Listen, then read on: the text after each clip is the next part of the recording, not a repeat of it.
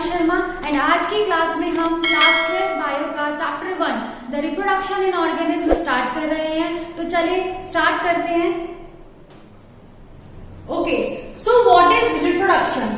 Reproduction is a biological process by which an organism produce their offspring similar to itself. पहली बात तो हमारे chapter का नाम है रिप्रोडक्शन इन ऑर्गेनिज्म, तो हमें पहले चैप्टर का मतलब समझना चाहिए कि रिप्रोडक्शन क्या होता है। तो रिप्रोडक्शन एक प्रोसेस है, एक बायोलॉजिकल प्रोसेस है जिसमें क्या होता है, जो ऑर्गेनिज्म होते हैं ऑफस्प्रिंग प्रोड्यूस करते हैं सिमिलर टू इटसेल्फ, यानी कि उन्हीं के जैसे दिखने वाले ऑफस्प्रिंग प्रोड्यूस करते हैं and this process is known as reproduction. Okay, अब life span, next topic is life span, जहां से हमारा चैप्टर स्टार्ट होता है। लाइफ स्पैन क्या होता है? देखो, रिप्रोडक्शन क्या है? एक लाइफ का, किसी भी लिविंग ऑर्गेनिज्म की लाइफ का क्या है, एक इवेंट है, ठीक है, लाइफ नहीं है। तो लाइफ स्पैन का मतलब क्या होता है? लाइफ स्पैन का मतलब होता है कोई भी लिविंग ऑर्गेनिज्म, कोई भी ऑर्गेनिज्म क्या करता है, पहले क्या करता है, बर्थ लेता है, उसका क्या होता है, बर्थ होता है। ओके, देन लास्ट में क्या होता है, डेथ। सभी लिविंग ऑर्गेनिज्म को मरना पड़ता है ना, तो लास्ट में क्या होता है, डेथ। इसीलिए बर्थ से डेथ तक का ये जो पीरियड है इसको हम बोलते हैं लाइफ स्पैन, ठीक है। कौन कितने दिन की जिंदगी है किसकी, ठीक है, वो होता है लाइफ स्पैन। तो लाइफ स्पैन क्या होता है? Period from birth to death of an organism is known as life span. अब लाइफ स्पैन को हम क्या करते हैं, ठीक है, रिप्रोडक्शन समझ में आया, लाइफ स्पैन समझ में आया। अब लाइफ स्पैन को हम क्या करते हैं, 5 कैटेगरीज में कैटेगराइज करते हैं, 5 इवेंट में हम उसको डिवाइड करते हैं। ओके, 5 कैटेगरी में डिवाइड करते हैं, जिसमें पहला है बर्थ। बर्थ यानी कोई भी ऑर्गेनिज्म पहले क्या लेता है, बर्थ लेता है, उसका जन्म होता है हिंदी में अगर बोले तो। एंड मैंने अभी बोला यहाँ पे कि रिप्रोडक्शन क्या होता है, किसी भी ऑर्गेनिज्म की लाइफ का एक इवेंट होता है। तो रिप्रोडक्शन रिप्रोडक्टिव फेज में होता है।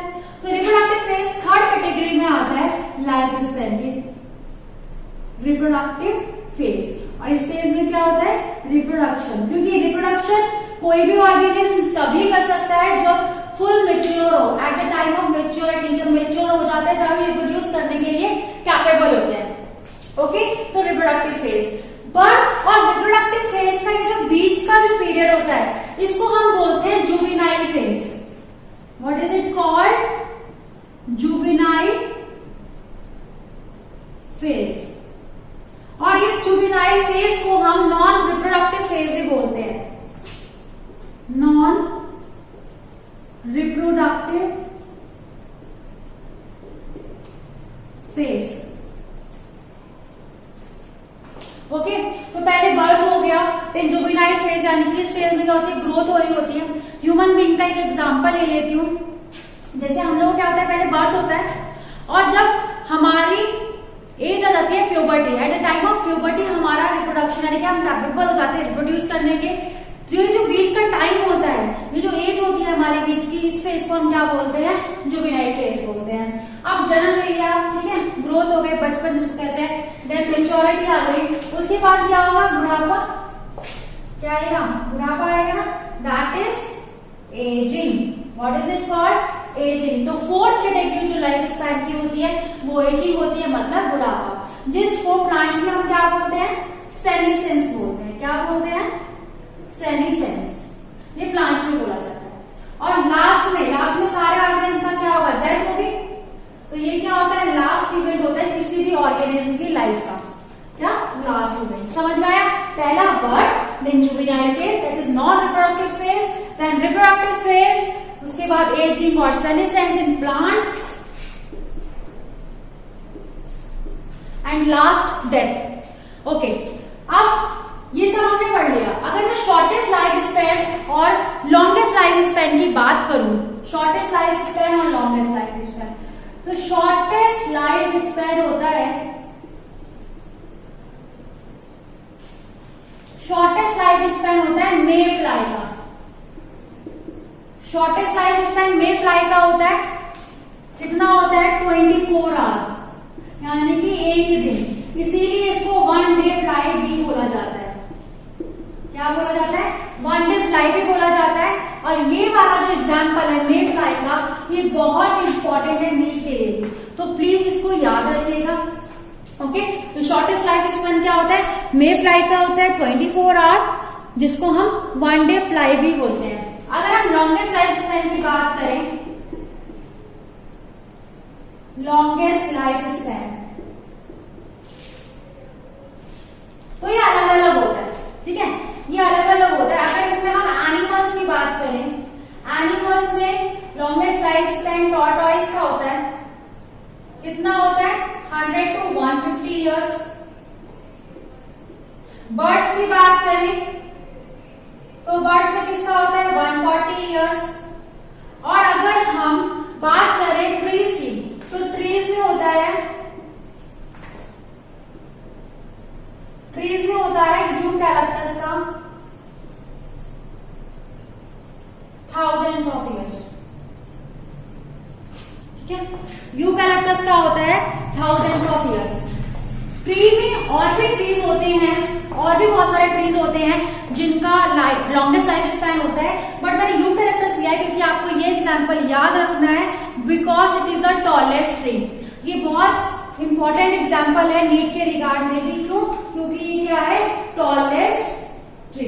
तो याद रखना टॉलेस्ट ट्री कौन सा है, यूकैलिप्टस है, और इसका लॉन्गेस्ट लाइफ स्पैन भी होता है। ओके, सब समझ में आ, रिप्रोडक्शन क्या होता है, प्रोसेस होता है जिससे जो ऑर्गेनिज्म होते हैं वो सिमिलर उनके जैसे दिखने वाले ऑफस्प्रिंग प्रोड्यूस करते हैं।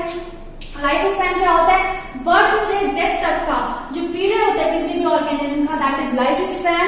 लाइफ स्पैन को हम 5 कैटेगराइज करते हैं, 5 कैटेगरीज में, birth, juvenile phase, reproductive phase, ageing और senescence, and last is death. Shortest life span की अगर हम बात करें तो मे फ्लाई का होता है 24 आवर, 1 डे फ्लाई भी कहते हैं इसको। लॉन्गेस्ट लाइफ स्पैन की बात करें तो एनिमल्स में टॉर्टॉइस का होता है, ओके सॉरी, और बर्ड्स में पैरट का होता है। ओके, पैरट का होता है 140 ईयर, टॉर्टॉइस में 100 to 150 ईयर होता है, बर्ड्स में पैरट का होता है 140 ईयर्स, और ट्रीज में यूकैलिप्टस का होता है thousands of years, and it is the tallest tree. Okay, अब मैं कुछ और स्पीशीज के भी आपको लाइफ स्पैन बताती हूँ। तो लाइफ स्पैन हम करते हैं, एलिफेंट का होता है 60 to 90 ईयर्स, डॉग का होता है 25 to 30 ईयर्स, बटरफ्लाई का होता है 1 to 2 वीक्स, क्रो का होता है 15 ईयर्स, क्रोकोडाइल का होता है 60 ईयर्स, हॉर्स का भी 60 ईयर्स होता है, और फ्रूट फ्लाई का होता है 2 वीक्स। तो ये कुछ स्पीशीज के मैंने लाइफ स्पैन आपको बता दिए हैं। तो यहाँ पे आपको लाइफ स्पैन समझ में आ गया। अब हम आगे करते हैं। ओके, हमने रिप्रोडक्शन समझ लिया। रिप्रोडक्शन क्या होता है, एक बायोलॉजिकल प्रोसेस होता है जिससे ऑर्गेनिज्म क्या करते हैं, अपने जैसे सिमिलर ऑफस्प्रिंग को प्रोड्यूस करते हैं। रिप्रोडक्शन के 2 टाइप होते हैं, ये सब हम पहले भी पढ़ के आ चुके हैं, asexual reproduction and sexual reproduction. तो reproduction is of 2 types, asexual and sexual. इनमें डिफरेंस हम पढ़ लेते हैं अभी, ताकि हमें याद हो जाए।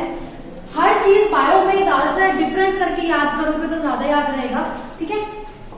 असेक्सुअल में क्या होता है, 1 पेरेंट इन्वॉल्व होता है, इसलिए क्या होता है यूनिपेरेंटल होता है, यानी कि असेक्सुअल में क्या होता है, सिर्फ एक ही पेरेंट इन्वॉल्व होता है, एक ही पेरेंट क्या होता है, रिप्रोड्यूस करता है। बट सेक्सुअल में 2 पेरेंट्स आर इन्वॉल्व, यानी कि बाय पेरेंटल होता है। सेक्सुअल रिप्रोडक्शन कैसा होता है, बाय पेरेंटल होता है, यानी कि 2 पेरेंट्स इन्वॉल्व होते हैं। वहीं असेक्सुअल रिप्रोडक्शन में कोई गैमेट फ्यूजन नहीं होता। अब सिंगल पेरेंट है तो कोई गैमेट फ्यूजन तो होगा ही नहीं, क्योंकि उसी का गैमेट है, तो कोई फ्यूजन नहीं होता। सेक्सुअल रिप्रोडक्शन में गैमेट फ्यूजन टेक्स प्लेस, क्यों, क्योंकि 2 पेरेंट हैं, दोनों पेरेंट के गैमेट रिलीज होंगे, तो देन उनका फ्यूजन होगा, तो यहाँ पे गैमेट फ्यूजन होता है। Third, mitotic division. और सेक्सुअल रिप्रोडक्शन में माइटोटिक डिवीजन होती है। माइटोटिक डिवीजन मतलब माइटोसिस, और सेक्सुअल रिप्रोडक्शन में माइटोटिक एंड मियोटिक दोनों होती है। मियोटिक मतलब मियोसिस। ओके, माइटोटिक डिवीजन ज्यादातर हमारे सोमैटिक सेल्स में होती है, यानी कि जो माइटोटिक डिवीजन होती है हमारे सेल के नंबर को बढ़ाने में हेल्प करती है, बट जो मियोटिक डिवीजन होती है, मियोसिस होती है, वो सेक्स सेल्स में होती है। ये याद रखना, मियोसिस कहाँ होती है, सिर्फ सेक्स सेल्स में होती है, और जितने भी सेल्स यानी कि हमारे सोमैटिक सेल्स में क्या होता है, माइटोटिक डिवीजन होती है। मियोसिस और माइटोसिस का जो डिफरेंस है मैं आगे अपनी और वीडियोस में आपको जरूर पूरा डिटेल में समझाऊंगी। अगला है क्लोज फॉर्मेशन। यहाँ पे क्या होता है, क्लोज फॉर्म होते हैं, यहाँ पे रिकॉम्बिनेंट फॉर्म होते हैं। यहाँ पे क्लोज फॉर्म होते हैं और वहां पे सेक्सुअल रिप्रोडक्शन में रिकॉम्बिनेंट फॉर्म होते हैं। क्लोज क्या होते हैं, अगर कोई पूछे क्लोज, क्लोज मॉर्फोलॉजिकली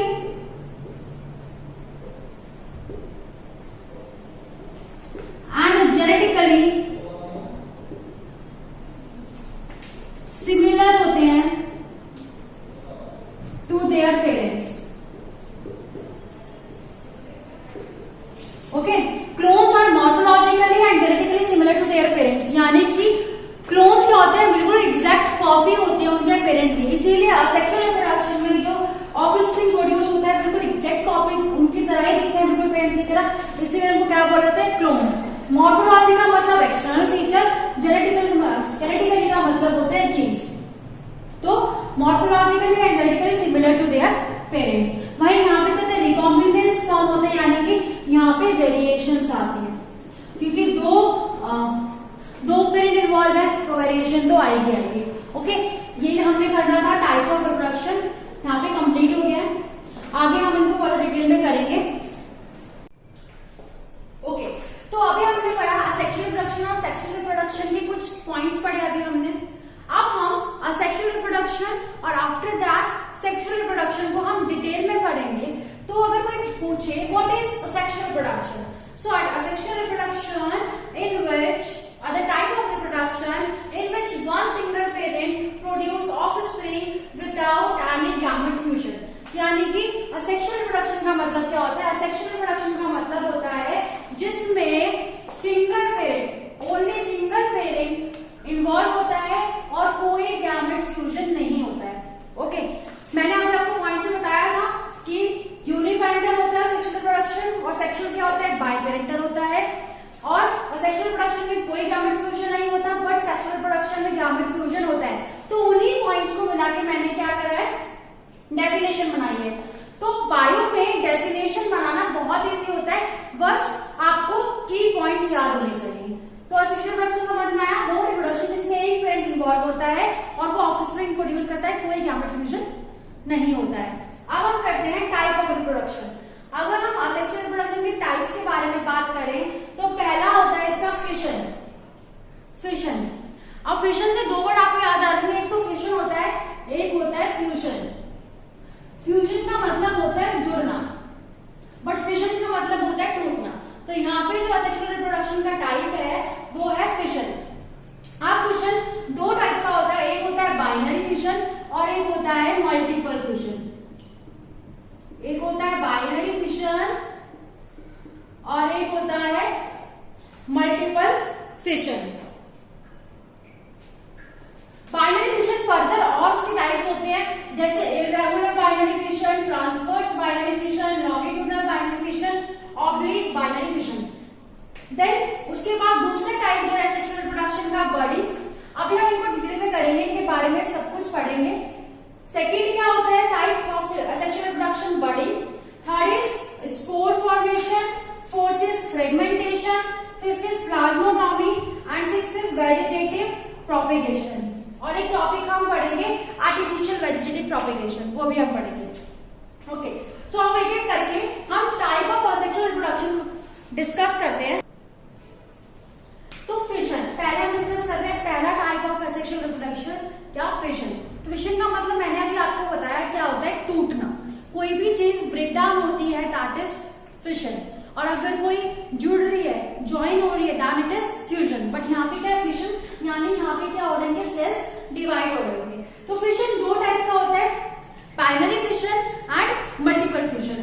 बाई, ये बाई से समझ आया, बाई का मतलब होता है टू। जब parent cell two daughter cells में डिवाइड होता है, that is known as binary fission. When parent cells divides into two daughter cells is known as binary fission. Multiple का मतलब मल्टी से समझ आ रहा है, यानी कि बहुत सारे, many. When यानी कि parent cell divides into more than two daughter cells, then it is known as multiple fission. Binary fission किस किस में होता है, अमीबा में होता है, पैरामीशियम में होता है, and multiple fission होता है प्लाज्मोडियम में। अमीबा का अगर हम एग्जाम्पल लें तो बाइनरी फिशन किस तरीके से होता है, देखिए ये क्या है, अमीबा का पेरेंट, अमीबा का क्या है, पेरेंट सेल है, ये अमीबा का क्या है, पेरेंट सेल है, ये इसका न्यूक्लियस है, और ये क्या है, साइटोप्लाज्म। तो सबसे पहले क्या होता है, जब भी फिशन होता है, बाइनरी फिशन, तो कोई भी डिवीजन, कोई भी फिशन हो रहा है, कोई भी सेल डिवाइड होता है, तो इसी प्रोसीजर से होता है। बाइनरी फिशन में क्या होता है, सबसे पहले क्या होगा, कैरियोकाइनेसिस होगा, सब में ही ऐसा होता है, सबसे पहले कैरियोकाइनेसिस होती है, देन साइटोकाइनेसिस होती है, जो मैं अभी बताऊंगी। बट बाइनरी फिशन में क्या होता है, दो प्रोटोन सेल्स बनते हैं, तो क्या होगा, कैरियोकाइनेसिस होगी, सबसे पहले क्या होगी, कैरियोकाइनेसिस, सबसे पहले अमीबा में क्या होगी, karyokinesis. And what is karyokinesis, Cairo का मतलब होता है न्यूक्लियस, कैरियो का मतलब होता है न्यूक्लियस, एंड काइनेसिस का मतलब होता है डिवीजन। तो यानी कि न्यूक्लियस का डिवीजन क्या कहलाएगा, कैरियोकाइनेसिस। तो सबसे पहले सेल के अंदर, पेरेंट सेल में क्या होता है, कैरियोकाइनेसिस होता है, यानी कि न्यूक्लियस डिवाइड होता है। आफ्टर दैट क्या होता है, फॉलोड बाय साइटोकाइनेसिस, मतलब उसके बाद क्या होगा, साइटोकाइनेसिस होगा, जैसे यहाँ पे हो रहा है cytokinesis. And what is cytokinesis, cyto means cytoplasm, cyto means cytoplasm and kinesis means division. So that is cytoplasm की division is known as cytokinesis. तो समझ में आया, पहले क्या होता है, न्यूक्लियस डिवीजन होता है, एंड आफ्टर दैट साइटोप्लाज्म का डिवीजन होता है, और एक पेरेंट सेल से क्या बन जाते हैं, टू डॉटर सेल्स बन जाते हैं, and this is known as binary fission in amoeba. ये मैंने आपको अमीबा का बाइनरी फिशन दिखाया है। अब अगर हम मल्टीपल फिशन की बात करें, तो ये क्या है, प्लाज्मोडियम है, ओके, प्लाज्मोडियम, जिसमें हम क्या करेंगे, क्या होता है इसमें, मल्टीपल फिशन होता है, इसमें क्या होता है, मल्टीपल फिशन होता है। ये क्या है, इसका न्यूक्लियस, ये क्या है, साइटोप्लाज्म, ये क्या है, सिस्ट कहते हैं इसे, protective layer,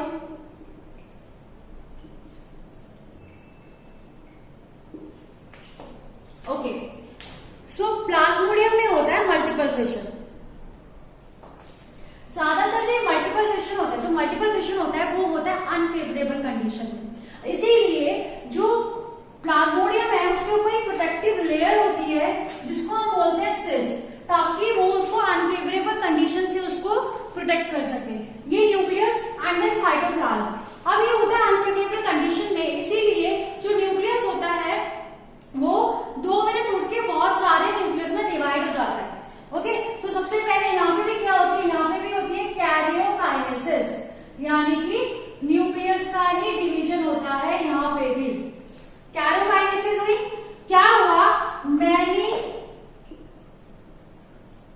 daughter cells form, बहुत सारे डॉटर सेल्स बन गए, ओके, बहुत सारे डॉटर सेल्स बन गए। और जब भी ये फेवरेबल कंडीशन आएगी तो ये जो वॉल होगी, जो प्रोटेक्टिव लेयर है, ये ब्रेक डाउन हो जाएगी और जो डॉटर सेल्स हैं ये रिलीज हो जाएंगे, ये डॉटर सेल्स क्या हो जाएंगे, रिलीज हो जाएंगे, ओके। तो प्लाज्मोडियम में मल्टीपल फिशन समझ में आया, और ये था बाइनरी फिशन। अब हम बाइनरी फिशन के कुछ टाइप्स मैंने बताए थे, उसको डिस्कस करते हैं।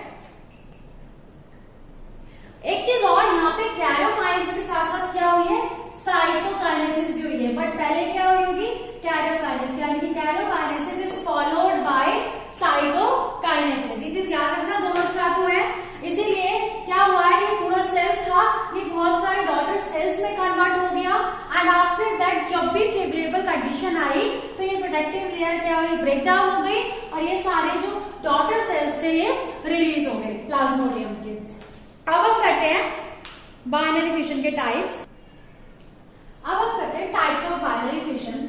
सबसे पहला होता है इसमें longitudinal binary fission, irregular binary fission, transverse binary fission and oblique binary fission. Longitudinal binary fission, ये सारे जो बाइनरी फिशन के टाइप्स हैं ये बेस है साइटोकाइनेसिस पे, यानी कि साइटोकाइनेसिस किस प्लेन से हो रहा है उस प्लेन पे बेस होते हैं इनका नाम, मतलब किस टाइप के बाइनरी फिशन है।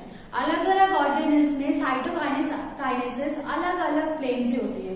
लाइक लॉन्गिट्यूडनल बाइनरी फिशन में जो साइटोकाइनेसिस होती है वो लॉन्गिट्यूडनल एक्सिस से होती है। साइटोकाइनेसिस का मतलब समझ में आ गया था, साइटोप्लाज्म का डिवीजन, एंड वो कब होता है? After the karyokinesis. कैरियोकाइनेसिस यानी कि न्यूक्लियस का डिवीजन होने के बाद बाइनरी फिशन में क्या होता है? साइटोकाइनेसिस होता है, यानी कि साइटोप्लाज्म का डिवीजन। लॉन्गिट्यूडनल बाइनरी फिशन का मतलब होता है लॉन्गिट्यूडनल एक्सिस से जब बाइनरी फिशन हो रहा हो, लाइक ये वाली एक्सिस, दैट इज लॉन्गिट्यूडनल। इसका एग्जांपल है यूग्लिना। यूग्लिना में जो बाइनरी फिशन होता है वो किससे होता है? लॉन्गिट्यूडनल एक्सिस से होता है, इसलिए कहते हैं इसको लॉन्गिट्यूडनल बाइनरी फिशन। अगला आता है हमारा irregular binary fission.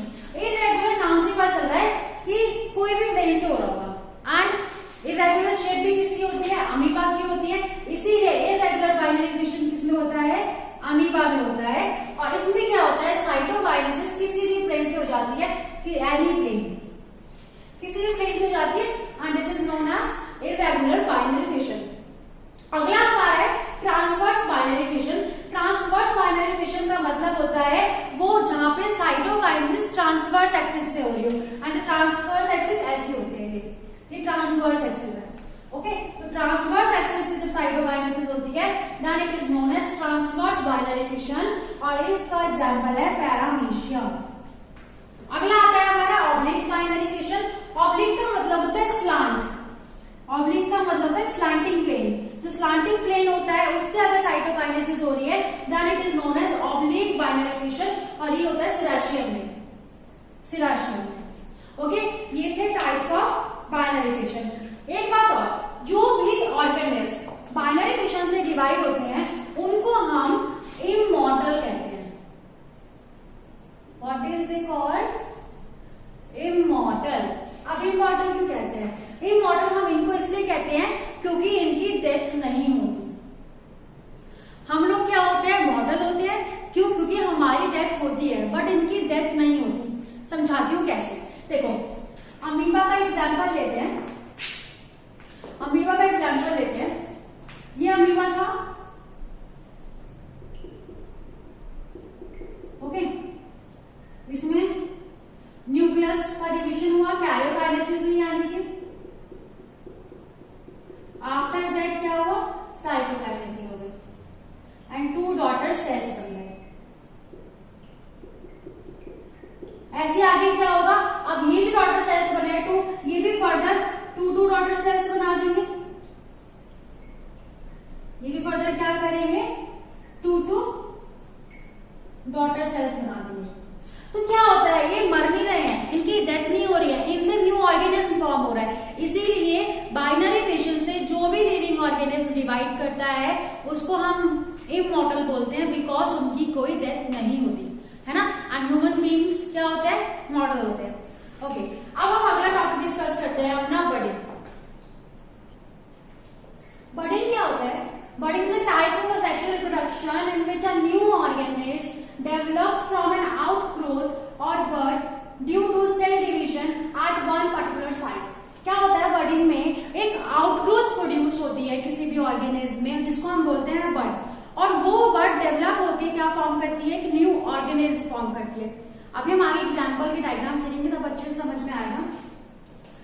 Okay, budding में क्या होता है? एक आउटग्रोथ होती है एंड वो डेवलप हो जाती है एक न्यू ऑर्गेनिज्म में। और वो आउटग्रोथ कैसे होती है? क्योंकि एक पर्टिकुलर साइट पे लगातार सेल डिवीजन होता है। So due to cell division at one particular site ये बड ग्रो होती है, और ये बड डेवलप होकर क्या फॉर्म करती है? एक न्यू ऑर्गेनिज्म फॉर्म करती है। बडिंग 2 टाइप का होता है, एक एक्सोजेनस बडिंग होती है, एक एंडोजेनस बडिंग होती है। एक्सोजेनस बडिंग जिसमें बड बॉडी के आउटसाइड ग्रो होती है, आउटसाइड, और एंडोजिनस, एंडो से समझ आ रहा है अंदर, इनसाइड, यानी कि जब बड ग्रो हो रही है इनसाइड द बॉडी। इसका एग्जांपल होता है हाइड्रा, ईस्ट, ये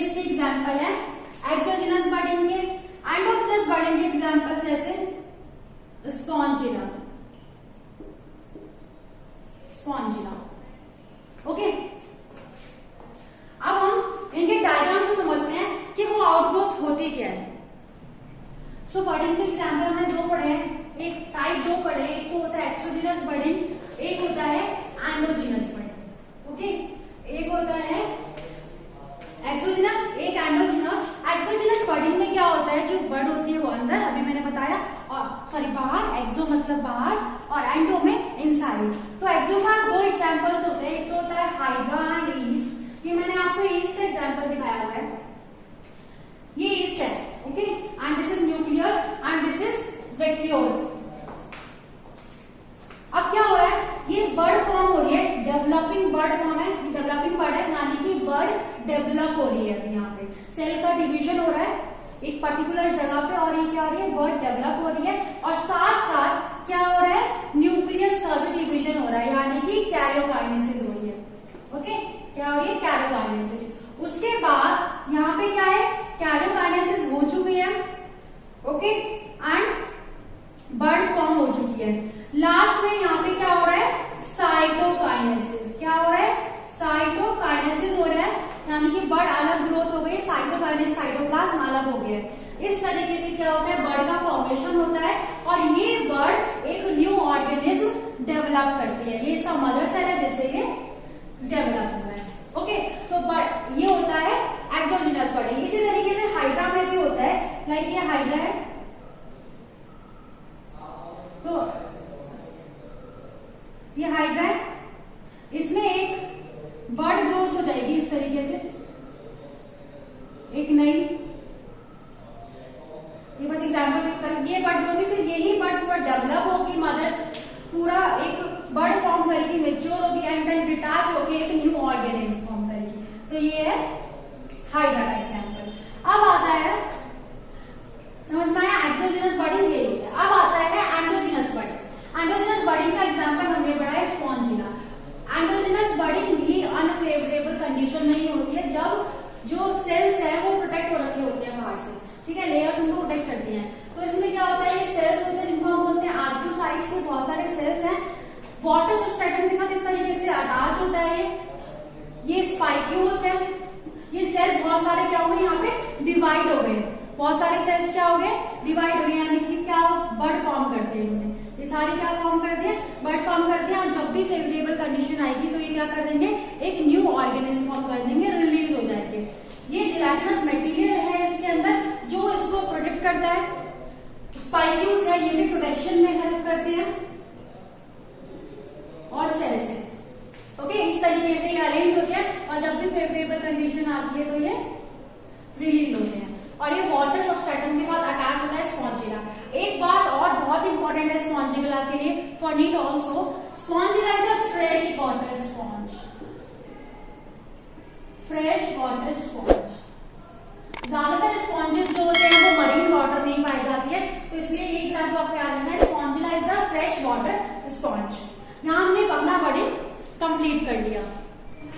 ओके, सो हमने यहाँ पे बर्डिंग कंप्लीट कर लिया है। अब नेक्स्ट क्लास में हम क्या करेंगे, आज हमने सेक्सुअल रिप्रोडक्शन के कौन कौन से दो टाइप पढ़े हैं, बर्डिंग पढ़ा है एंड फिशन पढ़ा है। फिशन में binary fission, multiple fission, binary fission के भी बहुत सारे टाइप्स पढ़े हैं, और चैप्टर स्टार्ट किया था। अब हम नेक्स्ट क्लास में क्या करेंगे, नेक्स्ट जो क्लास होगी हमारी, उसमें हम असेक्सुअल रिप्रोडक्शन की जो और टाइप्स है वो डिस्कस करेंगे, like fragmentation, spore formation, plasmotomy, and vegetative reproduction भी पढ़ेंगे, vegetative propagation and artificial vegetative propagation भी हम टॉपिक डिस्कस करेंगे।